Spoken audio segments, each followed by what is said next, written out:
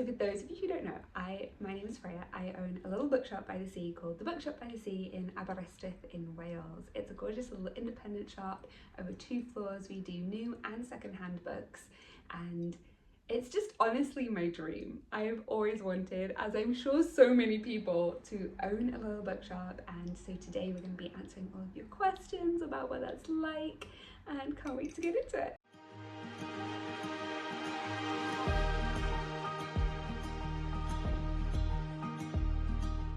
I'm here with Joyce.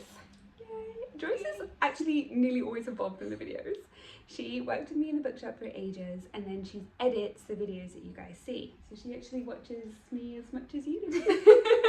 I'm literally the background girl, so nobody knows me, but like they all know you. Yeah. And I bring the videos to you all. Well, yeah, but it's like really nice to get to introduce you now so that people can like meet you and get to know you a little bit. Like all of my stuff, I'm always trying to encourage like people to come on camera like Bethany to say hello, and people are like, no, I don't want to do that. But today we thought we'd do a Q&A. So today we're doing a Q&A about the bookshop, about what's going on in the bookshop, the behind the scenes of running, all of your questions that you guys have been asking on the YouTube, and we've been reading the questions, the comments. We've been reading all your comments, like even though it's very difficult to get through all of them. But we appreciate it so much. Like they make us, it's hard to get through because they mean so much to us. Like it makes us cry. Yeah, it makes me exactly. Cry. And we want to take time to actually read them all and like reply to them all. And we pray for the prayer requests as well. So we actually lived together in my little cottage last year, and we would pray together every morning and like write down all the prayer requests that people had sent. So do feel free to pop that in the comments if you have prayer requests. Put them in the comments. Like we want to read them and pray for you, and just But we thought we'd answer some of these questions today. Yeah. So today we're going to do a Q&A. So every questions that you like, the hottest questions that you really are dying for Freya to answer. And there is a couple of them that are gonna be members only. So if you go onto the join button, you have 2 tiers where you could get a video every month, or even like 2 videos a month, depends, but like at least 1 video a month.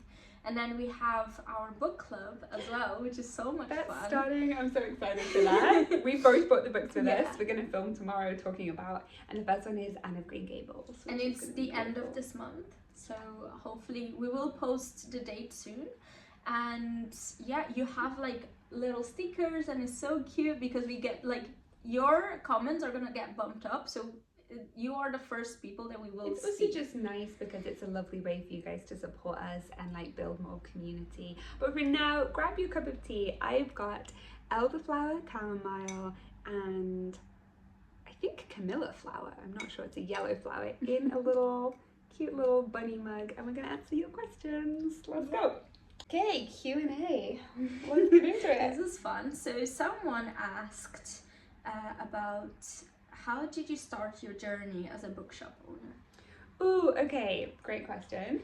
I actually, when I was a little kid, used to like play shops in my mom's house, and then I would play libraries, and I would have like all my books stacked up, and I would like get one of those stampers. Did you have one of those? You can get them like personalized, and you can like stamp in books in and out, and I thought that was like the best fun ever. So I feel like that started very young, but then I actually trained to be an actress, and so I was working as an actress. I had volunteered in libraries for years, worked in libraries, went out and actually worked as a children's librarian.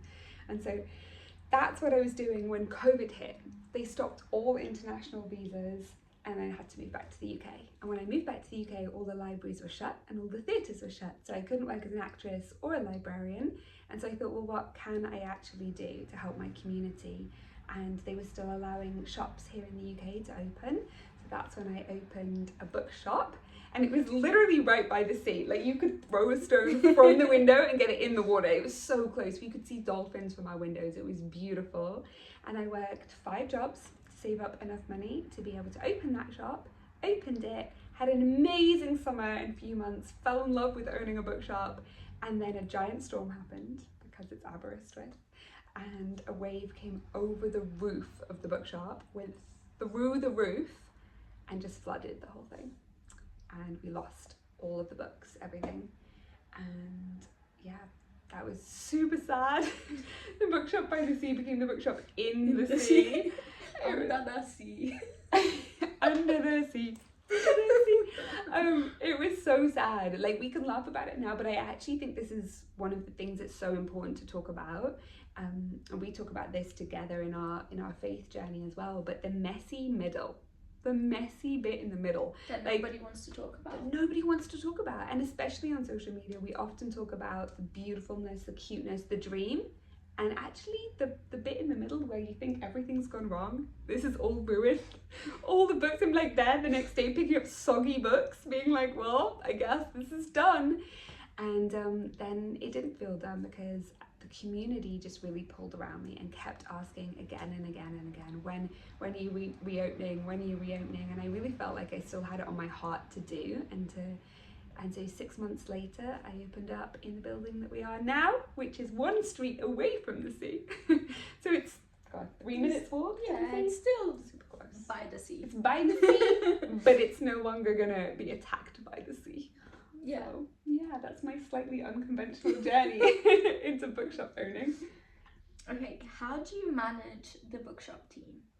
Ooh, well, you've been on my team. I think I'm still on your team. You are still on my team. What are we even talking about? Yeah, exactly. You are still on my team. Basically, like, how do I manage it? We go on teddy bears picnics and we read books on teddy bears picnics.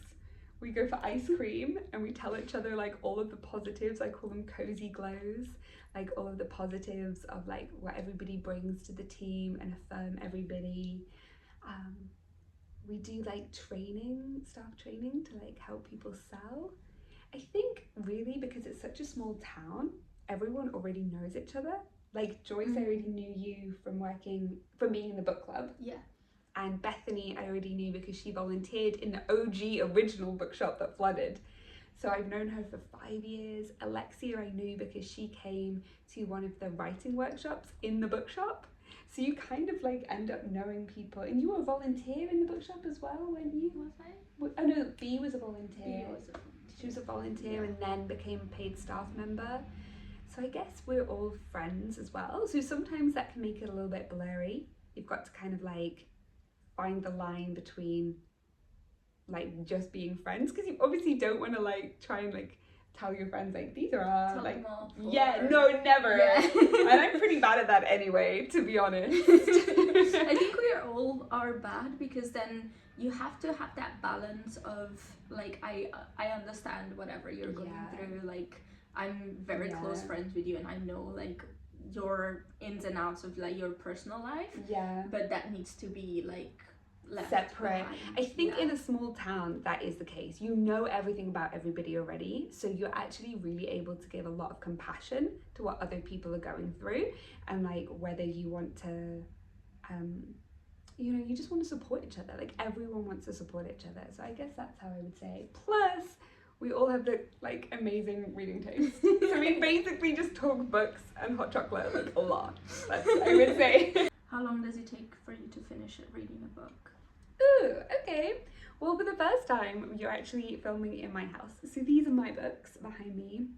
Okay, these are like some of my books. You have a library in here. There's like these two, there's another two on the other side of the fireplace, there's another two over there, there's another, I have like my fantasy over in my bedroom, like I have a library. But I feel like it's okay. It used to be like I was a collector and it was too much, but now I own a bookshop, it's totally justifiable. But of course you have loads of books, you own a bookshop.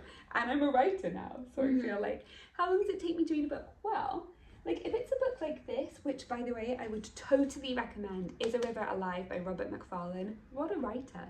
This is a non-fiction talking about if rivers are viewed in law as people would be, as an actual thing that we should be protecting, how would that change the way that we view nature, and how would it, it's incredible. But this is a non-fiction and it's quite a big non-fiction, so it's really readable and fantastic. But I would say this would take me like a couple of weeks, because I like to think over and kind of It's a non-fiction, It's a non-fiction, so I guess it takes longer. Whereas if we're going to go with like one like this is another one of my favourites. This is Once Upon a Tower, Eloisa James. So if you know Bridgerton is written by Julia Quinn. The TV series is based on it. I've mentioned several times the books are a lot less spicy. They do have a little bit, but it's mostly like the joy, and they're very readable and joyful. Eloisa James is Julia Quinn's best friend, which is so cool. So they Look at that. I know. So their characters often appear in each other's books. Oh, I that's know, so like cute. at the balls and things like that. They'll be like, oh, there's the Duke of Cavendish, and you're like, oh my It's gosh. like Rapunzel and like Elsa and Anna. Literally, and this happens to be a Rapunzel retelling. So Eloisa James did a Regency romance fairy tale retelling. The Beauty and the Beast one is so good. This is a Rapunzel one. It is excellent. Thoroughly recommend. I will eat this in like a day. Yeah. Day, Just, like, read maybe it 2 days if I have a busy, like if I'm at work, it will take me 2 Mhm. days. But I will read this. I read in the morning. I read in the evening before I go to bed. I often read after work. For me, reading is like my mental detox. So just like every 5 minutes or like in a break, you're just like... Every 5 minutes? Every 5 minutes, I'm like, I'm done with work then, no. Can you imagine? I love it because people come into the bookshop and they always ask me, like, do you just spend all day reading? I'm like, no. I wish. I wish. I'm running a business. I'm like, no. But I do spend all day adding to my TBR pile. That's for sure. Which again, like, it brings me to my next question. So, like, do people actually go to an independent bookshop to, like, the people that work there read all day? How is like... What do you think? Did you read all day when you were working there? It You're is a a very dream. strict boss, you know? It would be a dream to just read all day or play on my phone or like do stuff like that, but at the end of the day it's a business, so like a lot of people would think, oh, it's just chill, like you don't have to do much, it's not like that much. No, you have to think about like all of these other stuff, Yeah, that, like social like, these media and tasks emails and ordering Yeah. and returning and... it's like tasks that are invisible tasks, so for you, the consumer, you don't see it unless like you are actually in the business and you're doing Yes. stuff, then That's such a good way of saying it though, they're invisible tasks. And I always think like as a librarian and the same as a bookseller, my job is to be like a swan. So on the surface I'm gliding along looking like so calm and like peaceful. Underneath I'm like trying to do like everything. And I do think that like this is a misconception in running an independent bookshop. People do think that we're just reading all day and not kind of focused on anything. However, we are in competition right now. Indie bookshops are dying all over the country, and so we have to work really hard to make sure that we're reaching out to our community, to make sure that we're coming up with new ways to recommend books and get people excited about reading. And at the end of the day, that's what we're passionate about, having spaces where people are not only able to access books, but able to access a wide variety of books, able to find something that sparks life into them again, able to get a personal recommendation. And in an age of AI, I think that independent bookshops are going to become even more important because you have personal connection, you have community, and you have a wide, diverse range of the books we're offering. Do you have a shelf for Christian readers or Christian fiction or theology? In the bookshop or in my home? In the bookshop. Or both. I do have in my own home that bookcase over there. That one over there that you guys can't see. That's all like spiritual books or books that have really been meaningful. So people ask me this. People say, how have you categorized the books in your own home? I've done something probably a lot of people will think is wrong. I have not done it alphabetically. I've not done it by colour. I've not done it by genre. I've done books in my own home based on how they make me feel. So, which is fair, like, it's your home. It's my home, it's my book. So books on that bookcase are books that have spiritually moved me. So that could be books like Heidi or Anne of Green Gables, but it's also my Life Application Bible. It's novels by Francine Rivers, who's one of my favourite Christian writers. She wrote Redeeming Love, which is a retelling of Hosea. Have you read that one? So amazing. I did not love the book of Hosea until I read this. It was transformed it. So I do have that. In the bookshop, I do have a theology section, yes. So some of them, like Lineage of Grace, which is a Francine Rivers novel. So it's a Christian book with Christian themes, but it's a novel. We put that in novels, I guess. So I hope people can maybe just find it and like just Just enjoy it. Just enjoy it for what it is, and maybe have like an intro into those themes. We do have a theology section. We used to have a huge theology section that was like 6 bookcases. Now I think it's maybe like 1 bookcase, which I love because that means people are buying the books. We also, in the bookshop, when you go in, on the main table in the middle, we have a huge Welsh family Bible that's like 300 years old. It is insanely pretty. So beautiful. With like gold. Yeah, everybody that goes into the bookshop, the first thing that they see is that. Yeah. And they just like go in. But they think that it's not for sale, so they just look at it They and just then look. they just like It is for sale, technically. I don't know who would buy it. I would love that though, like a gorgeous old Bible in the center of my coffee table, like for like all my family to read together.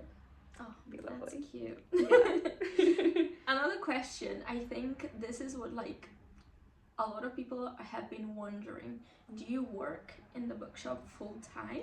Or like how does it consist? Like, are you in full time, or like how do you manage that? That's a really good question, because there's loads of, this goes back to what we said earlier about invisible tasks.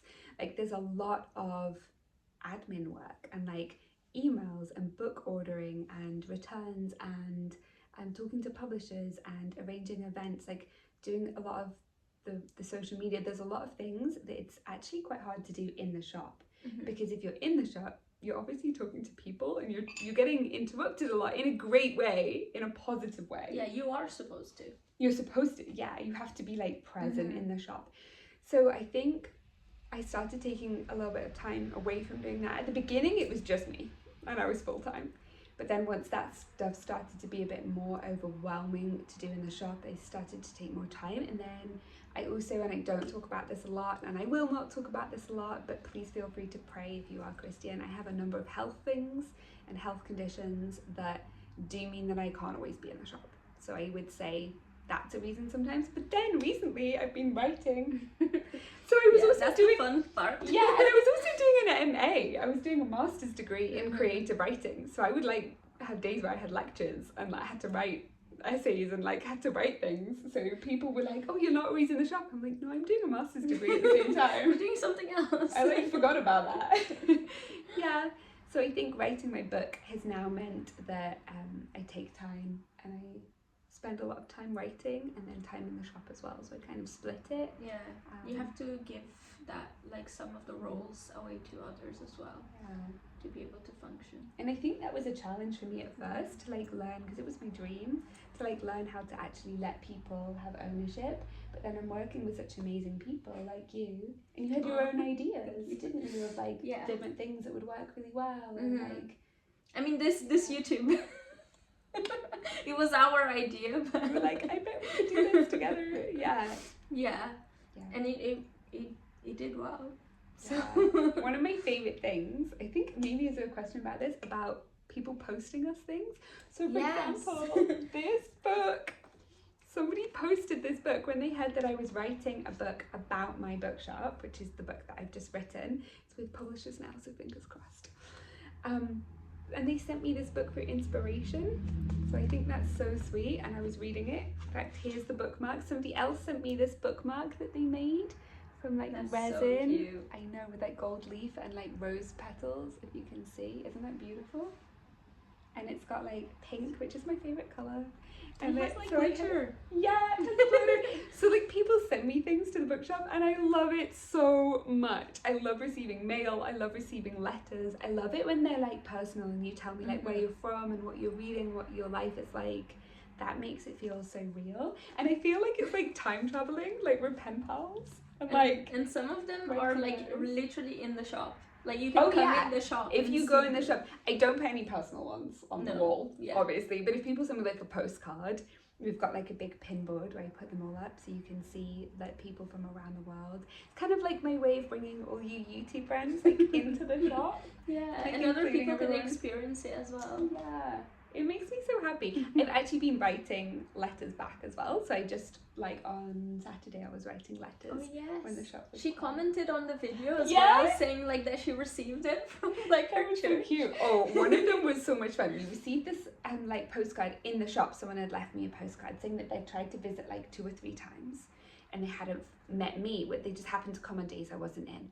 But they had bought me this postcard from St. Mary's Church that was a church in their village. So I tracked down online, they hadn't left any address, I tracked down this church and sent to the church a postcard back from me and was like, please can you find these people? She loved it. Yeah, and they did. That the church found them, and she commented on a YouTube, and I was like, go to the church and get your postcard, and she did, and they found it. I thought that was so cool. Yeah, she loved it. And you can find the mail like on, if you put on Google, you can find every information there, and you could send us stuff. For sending us stuff? Yeah, if you Google the Bookshop by the Sea, Aberystwyth, or even just the Bookshop by the Sea, Wales, if you don't know how to spell Aberystwyth, it will come up with the postal address for the bookshop. Yeah.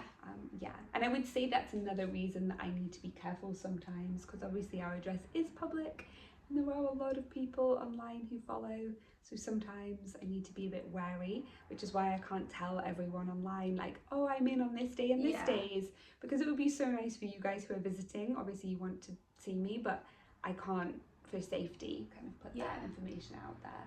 Yeah, that's just a sad, but I will say, it's like our viewers are 98% women and pretty damn lovely, so. And there is a couple of times that people have come into the bookshop and have found you and have appeared in the videos as well. Which is so cute, like in the nicest way. They've been like, yes, that's been so lovely. I love that. You get like super excited whenever that happens, and it's the cutest thing ever.